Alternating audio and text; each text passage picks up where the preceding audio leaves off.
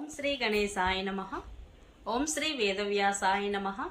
ఓం నమో భగవతే వాసుదేవాయ. శుక్ల అంబరధరం విష్ణుం శశివర్ణం చతుర్భుజం ప్రసన్నవదనం ధ్యాయేత్ సర్వవిఘ్నోపశాంతయే.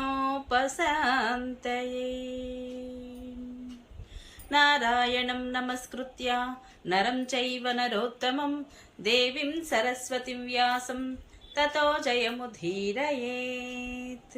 అనగా నారాయణ స్వరూపుడైన శ్రీకృష్ణుడికి, నరోత్తముడైన అర్జునుడికి, వారి లీలలను ప్రకటించే సరస్వతీదేవికి, దానిని రచించిన వ్యాసునికి నమస్కరించి అసుర భావాలను తొలగించి అంతఃకరణ శుద్ధిని కలిగించే మహాభారత గ్రంథ పారాయణకు ప్రేరేపించిన శ్రీకృష్ణ భగవానుడిని ప్రార్థిస్తూ ఈరోజు పారాయణలోనికి వెళదాం. మరి హరే కృష్ణ. అందరికీ నమస్కారం. మహాభారత గ్రంథ పారాయణలో భాగంగా మనం ఈరోజు 212వ రోజుకు చేరుకున్నాము. నిన్న మనము ద్రౌపది భీముడితో సంభాషించడం గురించి జరుగుతుంది. అంటే కీచకుడు తనని పరాభవించడము, ఆమె భీమసేనుడికి తన కష్టాన్ని చెప్పుకొని బాధపడుతుంది. దీనికి ఏదైనా పరిష్కార మార్గము ఆలోచించమని చెప్తుందన్నమాట. అప్పుడు భీమసేనుడు కీచకుడిని నర్తనశాల వైపుకు తీసుకురమ్మని చెప్పడం జరుగుతుంది. ఇక ఈరోజు మనం కీచకుని మరణము మరియు ఉపకీచకుల వధ గురించి తెలుసుకోబోతున్నాము. చాలా చాలా అద్భుతంగా ఉంటుంది. చివరి వరకు స్కిప్ చేయకుండా చూడండి. హరే కృష్ణ. వైశంపాయనుడు చెబుతున్నాడు. అటు తరువాత భీముడు నర్తనశాలకు వెళ్లి రహస్యంగా దాగుకుని ఉన్నాడు.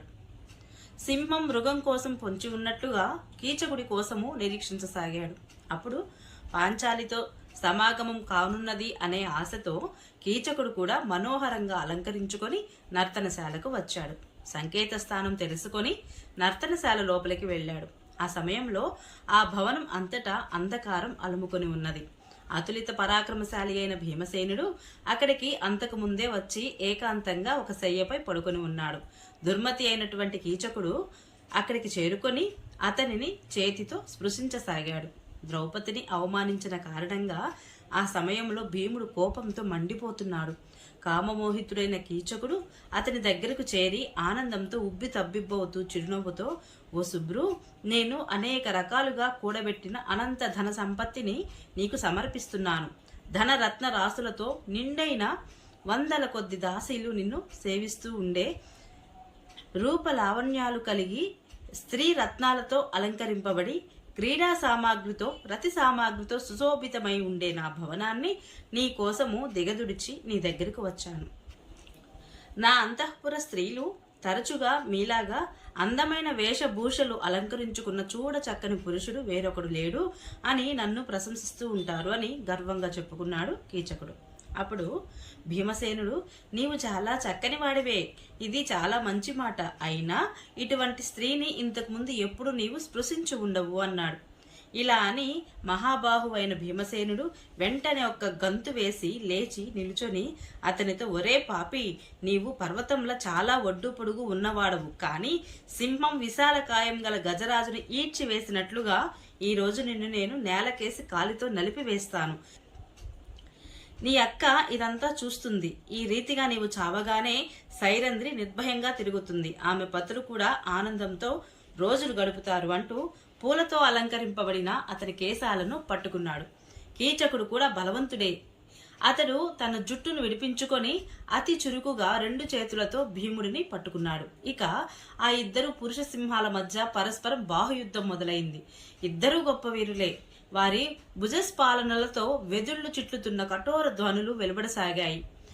ప్రచండమైన తుఫాను వృక్షాన్ని ఎలా ఊపేస్తుందో అలాగే భీమసేనుడు కీచకుడిని ఎదురు దెబ్బ కొట్టి నర్తనశాల అంతటా తిప్పసాగాడు. మహాబలి అయిన కీచకుడు తన మోకాళ్లతో పొడుస్తూ భీమసేనుడిని కిందకు పడగొట్టాడు. అప్పుడు భీమసేనుడు దండపాణి అయిన యమరాజు వలె చాలా వేగంగా గెంతి నిలబడ్డాడు. భీముడు, కీచకుడు ఇద్దరూ చాలా గొప్ప బలవంతులే. ఈ సమయంలో ఇంకా మాత్సర్యం కారణంగా వారు ఇంకా ఉన్మత్తులైపోయారు. అర్ధరాత్రి వేళ నిర్జనమైన నర్తనశాలలో ఒకరిని ఒకరు అణిచివేయసాగారు. కోపావేశంతో వారు భీషణమైన గర్జనలు చేస్తుంటే ఆ భవనం మాటి మాటికి ప్రతిధ్వనిస్తోంది. చివరికి భీముడు క్రోధావేశంతో అతను జుట్టు పట్టుకొని అతడు అలసిపోవడం చూసి త్రాటితో జంతువును కట్టివేసినట్లుగా అతనిని తన భుజాల మధ్యలో అదిమి బిగించేశాడు. కీచకుడు పగిలిపోయిన నగారాలను వికృతంగా గట్టిగా అరుస్తూ అతని భుజాల నుండి విడిపించుకోవడానికి గిలగిలాడసాగారు. కానీ భీమసేనుడు చాలాసార్లు అతనిని భూమిపై గిరగిరా తిప్పి పడవేసి అతని గొంతు పట్టుకున్నాడు. ద్రౌపది కోపం చల్లార్చడానికి దానిని నులిమివేయసాగాడు. ఈ రీతిగా కీచకుడి అవయవాలన్నీ నుగ్గునుగ్గయ్యాయి. అతని కళ్ళు వెళ్ళకొచ్చాయి. అప్పుడు భీముడు అతనిని పైకెక్కి కూర్చొని 2 మోకాళ్లతో అదిమి అతనిని తన భుజాల మధ్య మెలిపెట్టి జంతువును చంపినట్లుగా చంపివేశాడు. కీచకుడు చంపిన తరువాత భీమసేనుడు అతని చేతులను, కాళ్లను, తలను, మెడను కడుపులోకి నొక్కి కుక్కేశాడు. ఇలాగా అతని అవయవాలన్నీ మెలితిప్పి అతనిని ఒక మాంసపు ముద్దగా చేసి వేశాడు. ద్రౌపదికి చూపిస్తూ, పాంచాలి, కొంచెం ఇక్కడికొచ్చి చూడు, ఈ చెవిలో జోరెగెకు ఎటువంటి గతి పట్టిందో అని పిలిచి చెప్పాడు. ఇలా అని అతడు దుష్టుడైన కీచకుడిని మాంసపిండాన్ని కాళ్లతో తన్ని ద్రౌపదితో, భీరు, ఎవరైనా నిన్ను పాపపు దృష్టితో చూస్తే, నిన్ను ఇబ్బంది పెడితే వాడు ఈ విధంగా చస్తాడు, వాడికి ఇదే గతి పడుతుంది అన్నాడు.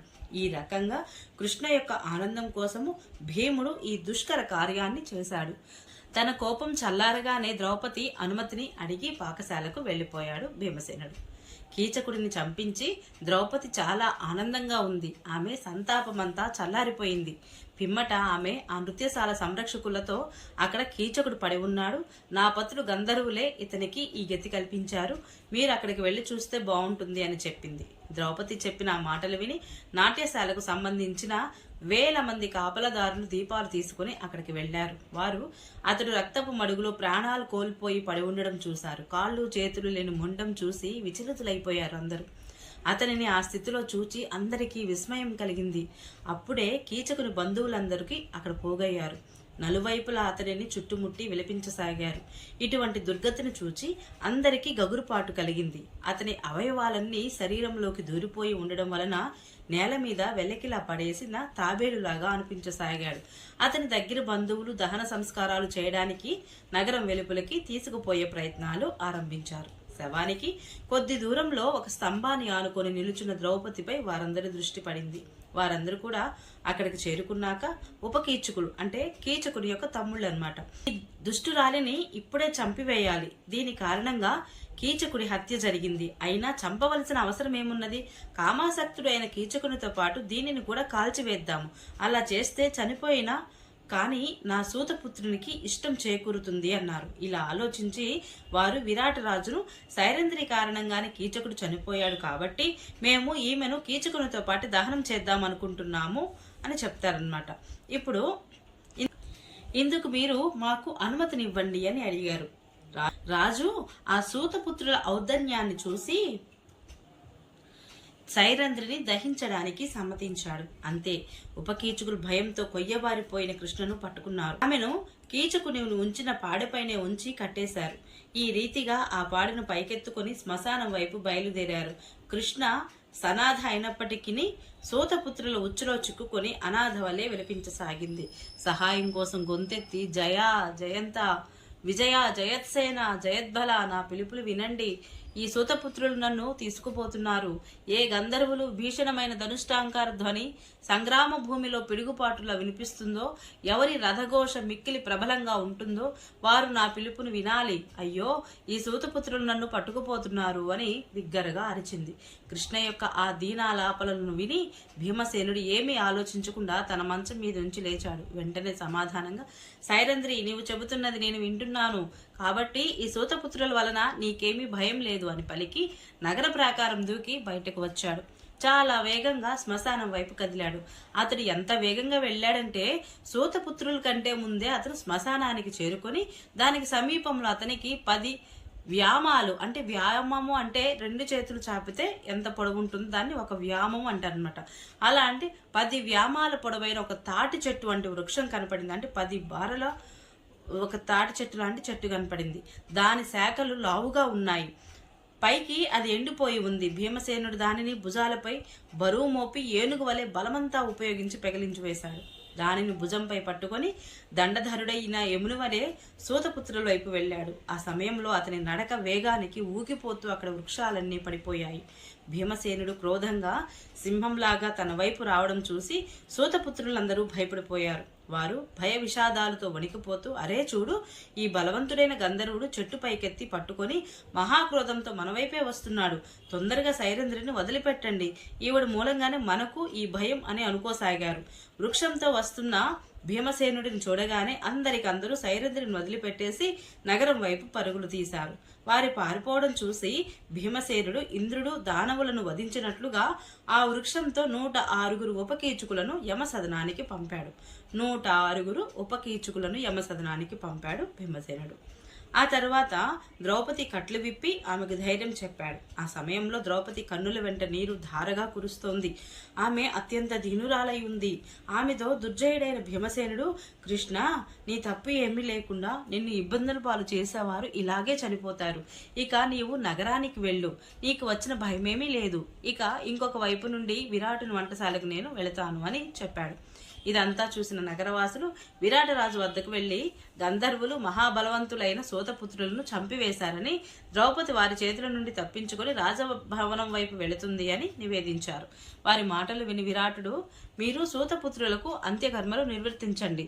సుగంధ ద్రవ్యాలు రత్నాలతో పాటుగా కీచకులందరినీ మండుతున్న ఒకే చిత్తులో వేసి దహనం చేయండి అని ఆజ్ఞాపించాడు. ఆ తర్వాత కీచక వధ వలన భయపడిన అతడు మహారాణి వద్దకు వెళ్లి, సైరంధ్రి ఇక్కడికి వచ్చినట్లయితే ఆమెకు మేలు జరిగి ఎక్కడికి వెళ్ళాలనుకుంటే అక్కడికి వెళ్ళమని చెప్పు. మహారాజు గంధర్వుల ఆగ్రహానికి భయపడుతున్నారని నా మాటగా నీవు ఆమెతో చెప్పు అన్నాడు. రాజా, మనస్విని అయిన ద్రౌపది సింహానికి భయపడిన లేడిలా తన శరీరాన్ని వస్త్రాలను శుభ్రపరచుకొని నగరానికి వచ్చేసింది. ఆమెను చూసిన పురజనులు గంధర్వులకు భయపడి అటు ఇటు పారిపోసాగారు. కొంతమంది అయితే కన్నులు మూసుకున్నారు. దారిలో ద్రౌపదికి నృత్యశాల వద్ద అర్జునుడు కనిపించాడు. అతడు, సైరంధ్రి, నీవు ఆ పాపాత్మల భార్య నుండి ఎలా తప్పించుకున్నావు? వారంతా ఎలా చనిపోయారు? అన్ని విషయాలు జరిగినట్లుగా నీ నోటి నుండి వినాలని ఉంది అని ఆమెను అడిగాడు. అప్పుడు సైరంధ్రి, ఓ బృహన్నలా, ఇప్పుడు నీకు సైరంధ్రితో పనేమిటి? నీవు ఈ కన్యలతో అంతఃపురంలో చాలా ఉత్సాహంగా ఉంటున్నావు కదా. ఈనాడు సైరంధ్రి అనుభవిస్తున్న కష్టాలని నీకేమీ పట్టవలే. అందుకే నన్ను పరిహసించడానికి ఇలా అడిగావు అని మేలమాడింది. బృహన్నల నొచ్చుకొని, కళ్యాణి, నపుంసకునిగా జన్మించిన ఈ బృహన్నల అనుభవిస్తున్న మహాదుఖం నీకు తెలియనిదా ఏమిటి? నేను నీతో పాటు జీవిస్తున్నాను. నీవు కూడా మా అందరితో పాటు ఉంటున్నావు. అయ్యో, నీకు వచ్చిన కష్టానికి ఎవరికీ దుఃఖం కలగకూడదు అన్నాడు విచారంగా. అటు తర్వాత కన్యలతో పాటు ద్రౌపది రాజభవనానికి వెళ్లి సుదేష్ణ వద్దకు వచ్చి నిలుచుంది. అప్పుడు సుదేష్ణ విరాటరాజు చెప్పినట్లుగానే ఆమెతో, తల్లి, మహారాజు గంధర్వులంటే భయపడుతున్నారు. నీవు వయసులో ఉన్నావు. లోకంలో నీ అంత అందగత్తె కనిపించదు. పురుషులకు సహజంగానే విషయలాలస ఉంటుంది కదా. నీ పతులు గంధర్వులు, తీవ్ర కోపులు. కాబట్టి నీవు ఎక్కడికైనా వెళ్ళాలి అనుకుంటున్నావో అక్కడికి వెళ్ళు అన్నది. అప్పుడు సైరంధ్రి, ఓ మహారాణి, ఇంకా 13 రోజులు. మహారాజు నన్ను క్షమించాలి. అనంతరము గంధర్వులు నన్ను వారంతట వారే వచ్చి తీసుకుపోతారు. మీకు కూడా మేలు జరుగుతుంది. వారి వలన మహారాజుకు, వారి బంధుమిత్రులకు కూడా తప్పకుండా గొప్ప మేలు కలుగుతున్నది అని జవాబిచ్చింది. ఓం నమో భగవతే వాసుదేవాయ. ఈరోజు పారాయణ ఇంతటితో సమాప్తం. రేపు మనము పాండవులను అన్వేషించుటకై విరాట నగరముపై దండెత్తవలనని కౌరవ సభలో నిశ్చయించుట గురించి తెలుసుకోబోతున్నాం. ఈ వీడియో మీకు నచ్చినట్లయితే please subscribe my channel, like, share, comment please. Thank you.